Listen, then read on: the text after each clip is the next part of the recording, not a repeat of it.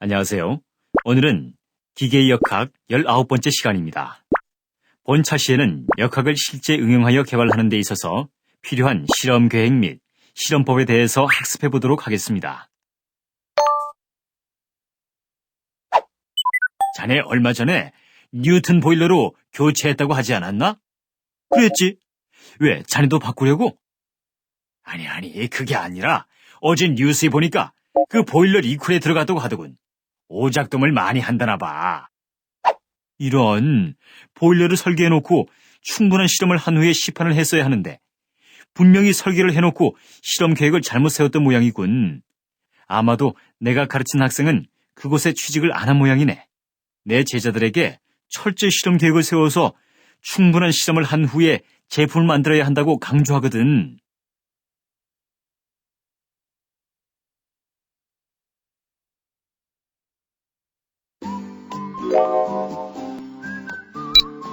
본차시의 학습 목표는 다음과 같습니다. 첫째, 기계역학 과정에서 실험의 필요성에 대하여 설명할 수 있습니다. 둘째, 실험을 하기에 앞서 계획을 수립하는 법에 대해서 설명할 수 있습니다. 셋째, 실제 실험을 수행하는 데 필요한 요소들을 정리할 수 있습니다. 기계역학 이론을 적용하여 기계를 어떻게 설계하나요? 그리고 기계를 설계해서 개발하는 데 필요한 것이 뭐가 있을까요? 기계를 설계할 때 이제까지 배운 지식들을 실제로 적용하여 설계한다고 해서 모든 것이 끝난 것이 아닙니다. 설계가 제대로 되었는지 검증을 해야 하며 그 방법으로 실험을 해야 합니다. 또한 기계 설계 과정에서 발생하는 문제에 대하여 그 해결 방법을 찾기 위한 방법으로도 실험은 필요합니다. 실험을 할 때 효율적으로 하기 위하여 실험 계획을 세우고 실제로 실험을 수행하게 되는데, 이번 차시에는 실험하기에 앞서 계획을 세울 때 그리고 실제 실험을 수행할 때 필요한 센서리와 측정 장치 등에 대하여 알아보겠습니다.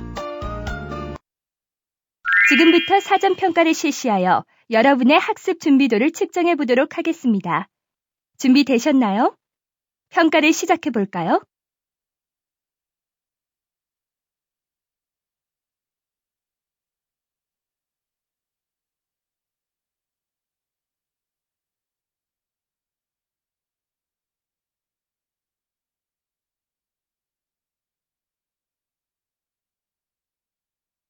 당신은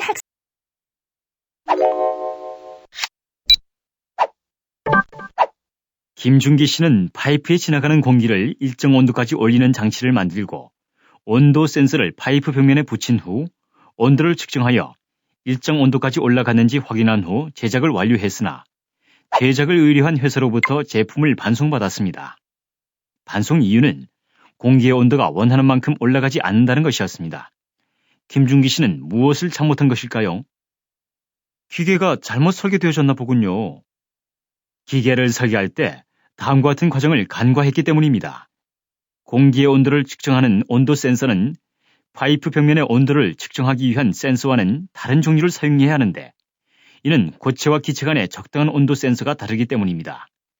파이프 벽면을 가열하여 일정한 온도를 만들어도 그 열이 대류에 의해 파이프를 진행하는 공기에 전달되는 데는 시간이 필요하므로 파이프에서 측정한 온도를 실제 원하는 공기의 온도로 사용하기 위해서는 실험을 통하여 적당한 관계식을 세우거나 공기의 온도를 측정할 수 있는 실험을 해서 장치를 만들어야 합니다.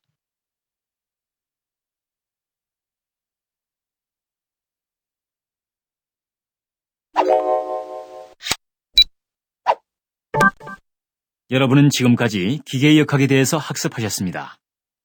기계의 역학에 대해서 이해해야 하는 이유는 궁극적으로는 기계를 설계하기 위한 것이라고 할 수 있습니다.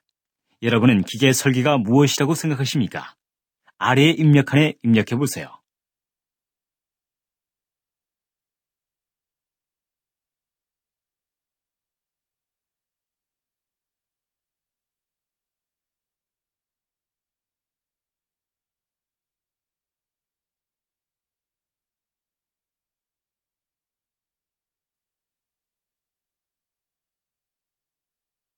앞차시에서 수치 해석에 대하여 배웠습니다.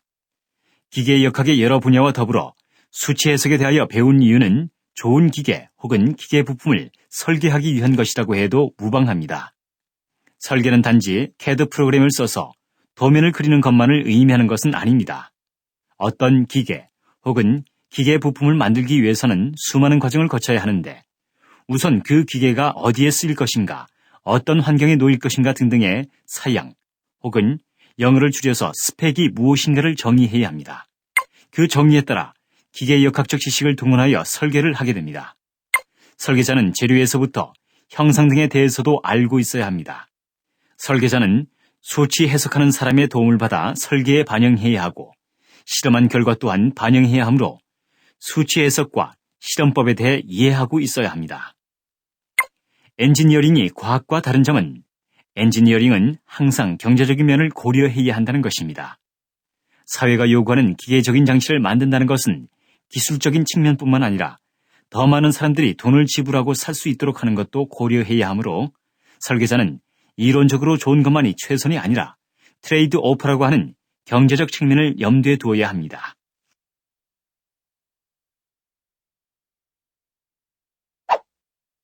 기계 설계 과정은 우선 목표를 설정하고 여러 가지 조건을 조사하여 설계 사양을 설정하게 됩니다.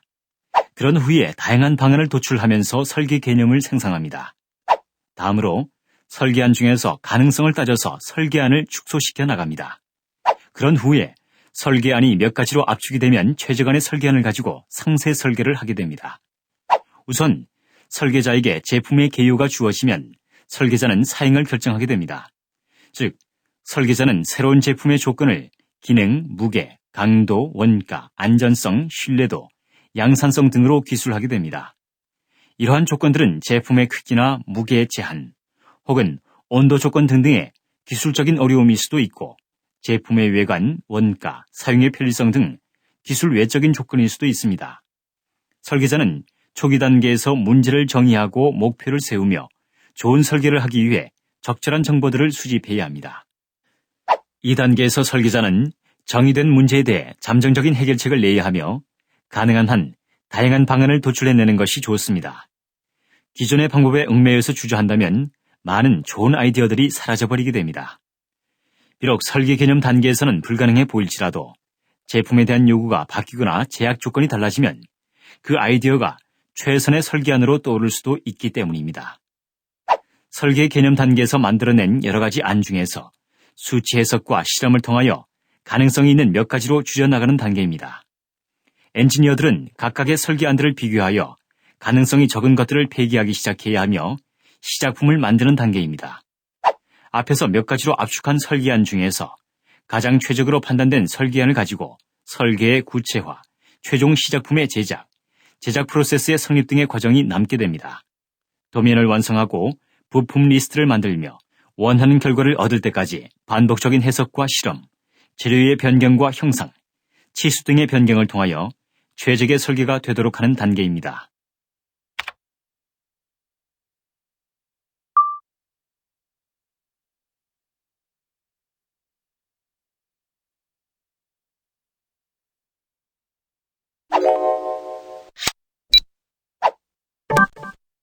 완벽한 이론과 해석을 통하여 훌륭한 도면을 만들고 그것을 가지고 제품을 만들었어도 실제로 원하는 성능이 안 나오는 경우도 많습니다.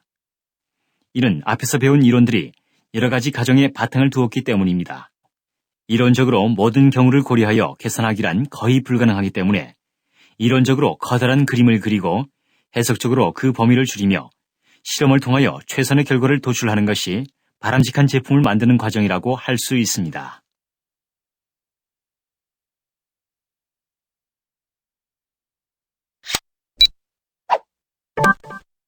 어떤 제품이 원하는 성능을 내는가를 확인하기 위해 하는 것이 실험입니다.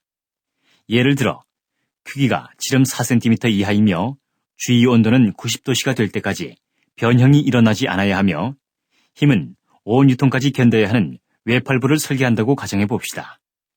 구할 수 있는 재질 중에서 가장 강한 재료로 지름은 주어진 조건 하에서 최대인 4cm로 하면 설계 끝이라고 할 수 있을까요? 앞서 말한 설계 과정을 거쳐 제대로 만들어진 외팔부를 얻으려면 반드시 과정마다 실험을 통하여 설계가 제대로 되었는지 검증을 해야 합니다. 설계가 완벽해도 제조하기가 어려워서 제품이 실험을 통과하지 못하는 경우도 있으며 설계 시 미처 생각지 못했던 부분들도 실험을 통해서 나오기 때문에 실험은 제품을 만들 때 반드시 거쳐야 하는 과정입니다. 자, 실험 계획법이란 무엇일까요? 실험을 하기에 앞서서 실험하고자 하는 항목을 정하고 일정을 정하고 어떻게 실험을 수행할 것인가에 대해서 계획하는 것을 말합니다. 실험 계획을 잘 만든 사람과 실험 계획 없이 실험을 수행할 경우 원하는 결과를 얻기도 어려울 뿐만 아니라 일정을 맞추지 못하는 경우가 허다합니다. 실험을 계획할 때 가장 중요한 것에는 여러 가지가 있는데 흔히 저지르는 실수 중에 다음 두 가지가 있습니다. 첫째는 실험에 사용하는 장비를 너무 믿어서는 안 된다는 것입니다. 정기적으로 계측기를 점검해 주는 것이 아주 중요합니다. 한 달 이상 실험을 한 후에 계측 장비에서 오차가 허용 범위보다 크다는 것을 발견했다면 그 한 달 동안의 실험 결과는 모두 헛된 것이 되기 때문입니다. 둘째로는 실험을 계획할 때 일정한 노력을 줄이려는 욕심에 여러 가지를 한꺼번에 하려 해서는 안 된다는 것입니다. 한 번에 한 가지씩 변화를 주면서 다른 것들의 변화를 관찰해야만 합니다. 한 번에 여러 가지를 변화시키면서 실험을 할 경우 나중에 심각한 문제가 발생했을 때 어느 요소가 영향을 미쳤는지 판단하기가 힘들어져 실험을 다시 해야만 하기 때문입니다.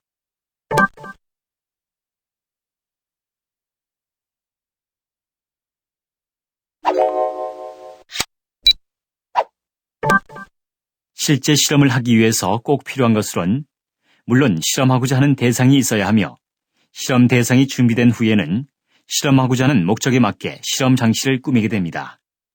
이때 반드시 필요한 것이 센서와 측정 장비입니다. 앞에서 든 예로 외팔부를 만든 후 온도가 90도씨가 될 때까지 변형이 없어야 된다는 사양을 만족시키기 위해서 실험을 수행했을 때 무엇이 있어야 할까요? 온도를 측정해야 하며 또한 변형률을 측정해야 합니다. 그래서 그 결과를 가지고 온도가 얼마일 때 변형이 생기는지를 알 수 있고 설계에 반영할 수 있는 것입니다. 이번 절에서는 우선 많이 사용되는 대표적인 센서들에 대하여 알아보기로 하겠습니다. 각 탭을 클릭하세요. 온도는 기계 및 부품을 만들 때 기본이 되는 것들 중에 하나로서 실험을 수행할 때 온도가 직접적으로 사용에 표시되어 있지 않더라도 측정해야 하는 것입니다. 왜냐하면 온도가 변할 때 재료의 특성이 변하는 경우가 대부분이기 때문이며 실험 결과를 기록할 때에는 기본적으로 온도와 압력값을 명시하는 것이 좋습니다. 온도를 측정하는 방법은 일반적으로 접촉식과 비접촉식으로 나누어지는데 본 과정에서는 우리가 일반적으로 많이 사용하는 접촉식 온도 센서에 대해서 좀 더 자세히 알아보기로 하겠습니다. 서모커플이라고 불리우는 접촉식 온도 센서에 올리는 금속마다 제각각 고유한 온도 전이차가 있다는 성질을 이용한 것입니다. 많이 쓰는 온도 센서로는 온도 범위에 따라 여러 가지 타입이 있습니다. 많이 쓰이는 타입들을 다음 표에 정리해 놓았습니다. 온도와 더불어 기본적인 물리량으로 압력이 있습니다.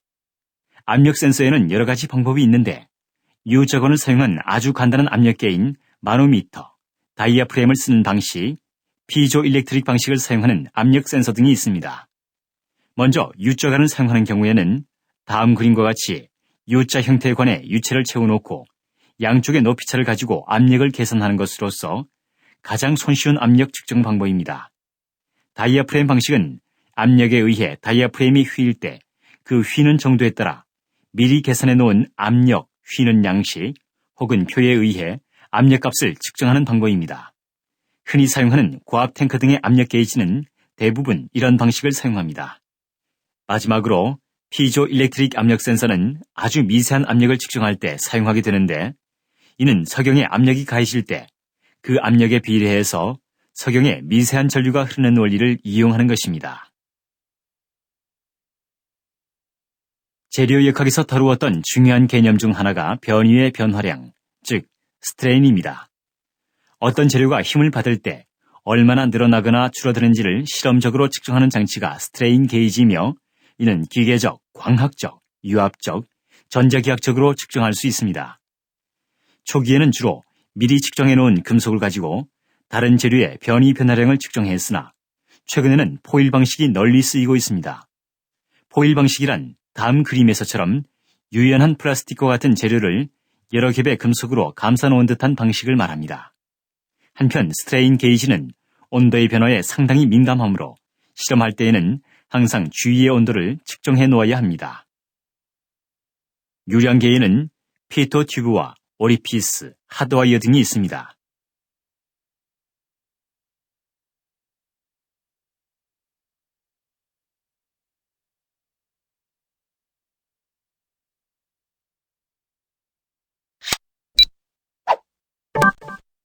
흔히 데이터 측정기라고 하는 것으로서 위에서 언급한 센서들은 그 결과를 볼트 값이나 전류 값으로 내보내는 것이 보통입니다. 이렇게 센서로부터 나온 정기적인 값들을 시간에 따라 저장해서 나중에 필요할 때 꺼내어 볼 수 있도록 해주는 장비를 말합니다.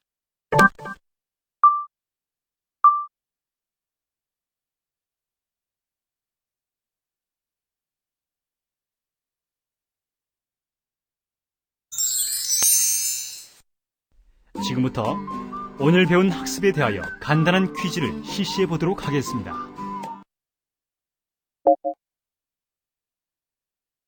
딩동댕, 정답입니다.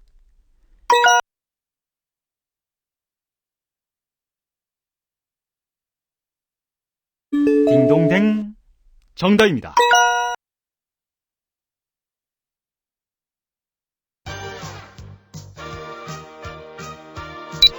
이번 차시에서 배운 기계 설계 절차와 실험에 필요한 요소들은 실제 현장에서 적용할 때 많은 도움이 될 것 같습니다. 네, 많은 도움이 될 것이므로 본 차시 내용을 잘 이해하는 것이 필요합니다. 좋은 기계를 설계하기 위해서는 단지 도면을 그리는 것만이 아니라 그 기계의 쓰임을 정의하고 그에 따라 기계의 역학적 지식을 동원해야 하는데 설계자는 재료에서부터 형상 등에 대해서도 이해하고 있어야 하고 수치 해석 결과 및 실험 결과 또한 설계에 반영해야 하므로 수치 해석과 실험법에 대해 이해하고 있어야 합니다. 실험이란 여러 가지 가정의 바탕을 두고 만들어진 이론들을 보완하기 위한 것이며 이론적으로 모든 경우를 고려하여 계산하기란 거의 불가능하기 때문에 이론적으로 커다란 그림을 그리고 해석적으로 그 범위를 줄이며 실험을 통하여 최선의 결과를 도출하는 것이 바람직한 제품을 만드는 과정이라고 할 수 있습니다. 실제 실험을 하기 위해서 꼭 필요한 것으로는 물론 실험하고자 하는 대상이 있어야 하며 실험 대상이 준비된 후에는 실험하고자 하는 목적에 맞게 실험 장치를 꾸미게 됩니다. 이때 반드시 필요한 것이 센서와 측정 장비입니다.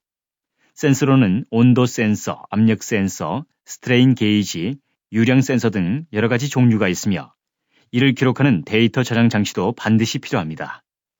이렇게 얻어진 실험값을 분석하는 방법에 대해서는 다음 차시에서 알아보겠습니다.